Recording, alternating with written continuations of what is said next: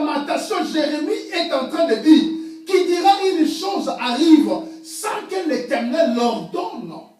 Donc cela veut dire quoi? Il n'y a aucune parole, aucun événement ne peut se réaliser, se produire sans que cela provienne de Dieu. Et c'est l'Éternel qui a la clé de toutes choses.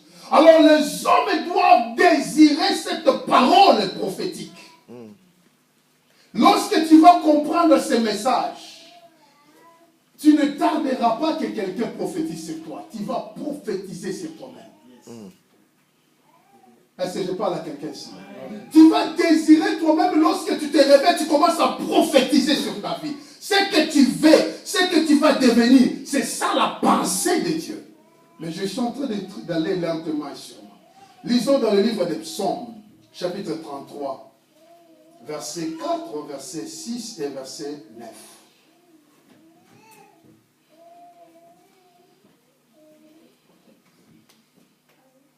Psaume 33, on prend le verset 4. Je veux que nous soyons dans la lecture, s'il vous plaît. Psaume 33, verset 4. Je lis au nom de Jésus. Amen. Amen. Car la parole de l'Éternel est droite. Et toutes ses œuvres s'accomplissent avec fidélité. Réponds encore, la parole de l'Éternel est comment? Est droite. La parole de l'Éternel est droite. Et qu'elle n'a rien à côté.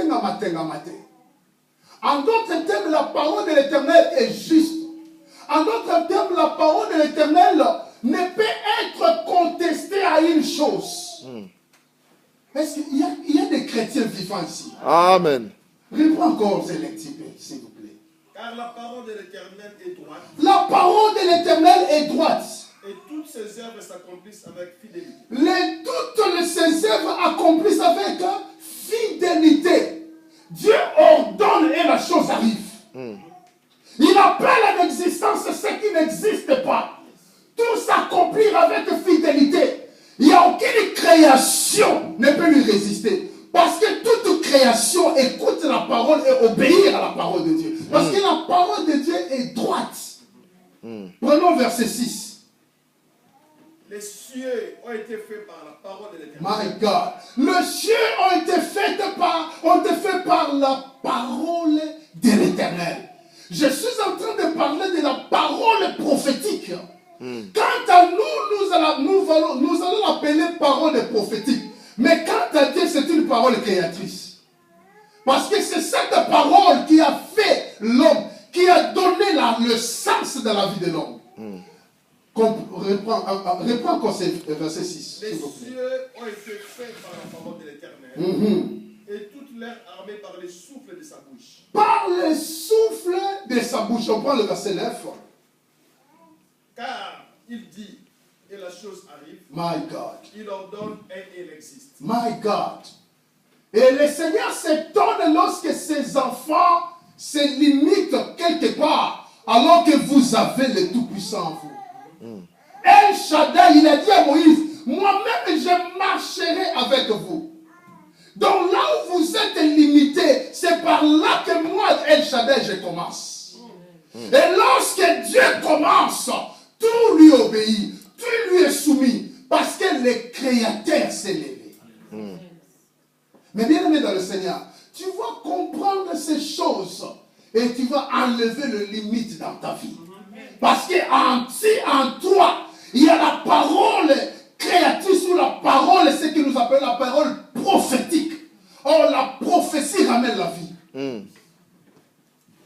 Je ne sais pas s'il y a des gens qui me disent. Amen. Je dis encore, la prophétie ramène la vie.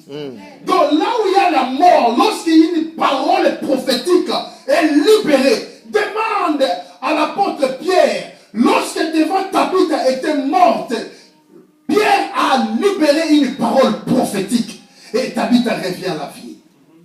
Demande à l'apôtre Pierre, donc l'apôtre Paul, lorsque Tychis était mort, il a libéré la parole prophétique et cette parole a produit des effets et va ramener la personne à la vie. On prend le verset, on prend Ézéchiel, Ézéchiel chapitre 37. Nous sommes en train d'aller lentement pour que vous compreniez l'importance qui est dans la parole prophétique. Ézéchiel chapitre 37, on prend le verset 4. Je veux que tout le monde soit dans le lecture, s'il vous plaît. Ézéchiel 37, verset 4, j'ai lu pour la gloire de Dieu. Amen. Il me dit, prophétise sur ces eaux. My God. Et dis-leur, ossements desséchés, écoutez la parole de l'Éternel. Ainsi parle le Seigneur My l'Éternel God. à ces eaux. Voici, je vais faire entrer en vous un esprit et vous vivrez. My God. Je vous donnerai des nerfs. Je ferai croître sur vous de la chair. Je vous couvrirai de la peau. Je mettrai en vous un esprit. S'il vous plaît, bien-aimé, reprends encore juste le verset 4. Il me dit, prophétise sur ces eaux et dis-leur, ossements desséchés, écoutez la parole de l'Éternel. Ok. Amen. Amen. Ici, cet homme prophète, Ézéchiel, dans la vision, le Seigneur va l'amener dans un lieu desséché où il a trouvé des ossements. Et le Seigneur va lui dire, prophétise. En d'autres termes, parle. Dieu a dit, parle. Mais comment tu vas parler? Tu vas parler ainsi, dit l'Éternel. Tu parleras de ma part. Donc tu ne vas pas parler de ta part. Tu parleras de ma part parce que c'est moi qui t'a ordonné. Vous savez, lorsque le Seigneur t'ordonne de parler, il y a une vie qui est libérée dans la parole de Dieu. Amen. Il y a une puissance qui est déclenchée parce que Dieu a parlé. Et Ézéchiel a saisi cette parole, il a prophétisé selon l'ordre qui lui a été ordonné. Et lorsque Ézéchiel a prophétisé, tout à coup, il a entendu le bruit. Est-ce que vous êtes là? Amen. Vous allez comprendre dans notre temps, il ne faut pas attendre que l'Esprit ou Dieu vienne te parler. Parce que vous avez déjà l'Esprit de Dieu en vous. Dans le temps, l'Esprit n'était pas donné à tout le monde. La raison pour laquelle Dieu parlait. Mais aujourd'hui, on a l'Esprit de Dieu dans nos cœurs. L'Esprit de Dieu habite en nous. C'est un don de Dieu. Oh my God. C'est un don de Dieu. Avoir l'Esprit de Dieu dans votre vie, c'est un don. Alors, l'Esprit va vous communiquer à parler de la part de Dieu. Amen. Et lorsque vous allez parler, c'est ainsi que la parole prophétique sera libérée et va produire quelque chose. En se souvenant de ce que Dieu a dit, ma parole ne peut jamais rentrer chez moi sans effet. Avant qu'elle produise bruit, il faut ça la salam. Ainsi dit l'Éternel. La parole prophétique, dis à toi-même, la parole prophétique. La parole prophétique. La parole prophétique est très importante dans la vie d'un chrétien. Et la raison pour laquelle nous sommes en train de trémaler, nous sommes en train de se perdre, parce que dans le christianisme, il manque, ils n'ont pas compris la parole prophétique, qui sont en train, il y a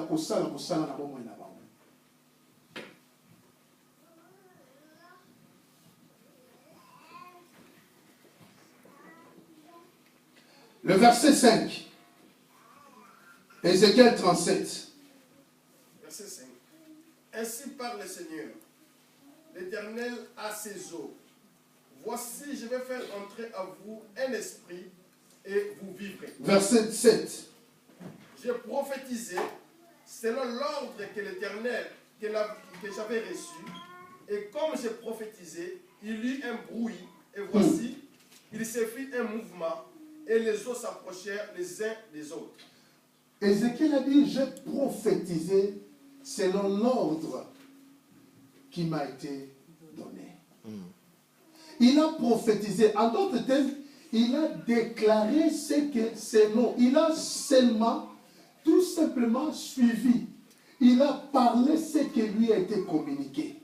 Le modèle qu'on lui a communiqué, c'est ce que Ézéchiel a répété.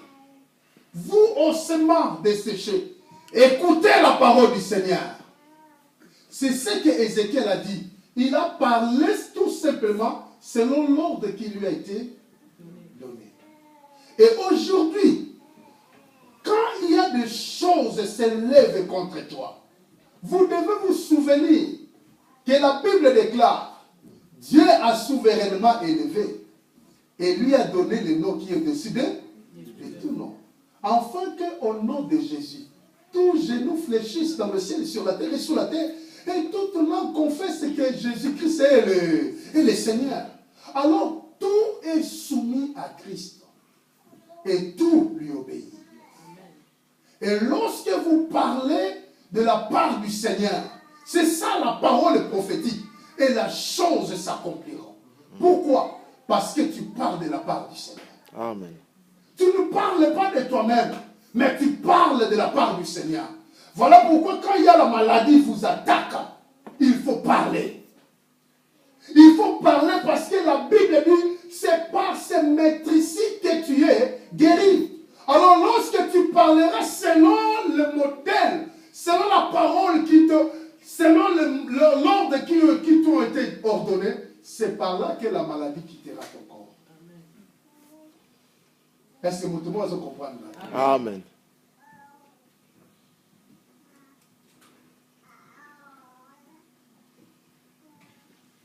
Alors, avant que la parole prophétique naisse en vous ou à une personne, il faut avoir le témoignage particulier de Christ.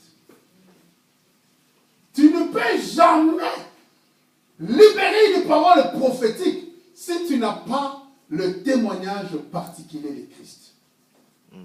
Est-ce que tout le monde est au Canada? Amen. Ce qu'on a le témoignage à Christ, étant que le Fils de Dieu vivant, si tu n'as pas le témoignage de Christ, étant que ton Seigneur, si tu n'as pas le témoignage de Christ, étant que ton Sauveur, la parole prophétique ne fera aucun parce que vous ont manqué le témoignage particulier à Jésus. Vous savez pourquoi Pierre a écrit cela? Pierre a dit, nous avons entendu la voix. Reprends encore 2 Pierre chapitre 1er. Ici, c'est l'apôtre qui parle. 2 Pierre chapitre 1er, verset 18. Et on prend 2 Pierre 1er, 18 et Matthieu chapitre 17, verset 5. On commence à 2 Pierre 1er, verset 18. Et nous avons entendu cette voix venant du ciel lorsque nous étions avec lui sur la sainte montagne. Lorsque nous étions avec lui sur la sainte montagne, ils ont entendu la voix du Père parler. Ils étaient à 4. Ils étaient à 4 personnes. Ils ont entendu la voix du Père parler, donner un témoignage de Jésus. Ils l'ont entendu de leur propre oreille. Est-ce que vous êtes là? Amen. Matthieu chapitre 17, verset 5. Matthieu 17, verset 5. Comme il parlait encore, une nuée lumineuse les couvrit.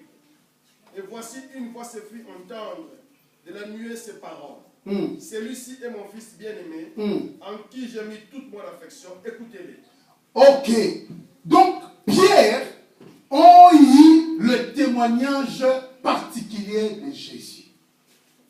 Aujourd'hui, lorsque des gens parlent, il n'y a pas des effets. Pourquoi? Parce qu'il manque de témoignage particulier de Christ. Si tu n'as pas le témoignage de Christ, cette parole prophétique ne sera pas opérationnelle dans votre vie. Parce que la parole prophétique ne serait qu'opérationnelle par rapport lorsque tu auras le témoignage de Jésus. Est-ce que je parle à quelqu'un ici? Amen. Il faut un témoignage à Jésus. Il faut y avoir qui est Christ. Parce que Pierre, de la part de Christ. Pierre était révélé avant tout lorsque Jésus-Christ posait la question à ses disciples un jour. Il leur avait dit, que dit-il des gens parlent de moi? Que pensent-ils des gens à mon sujet? Qu'est-ce que les gens disent de moi? Les autres disent, tu es Élie, les autres Jean-Baptiste, les autres, tu es un prophète. Mais vous, qui dites-vous que je suis? Pierre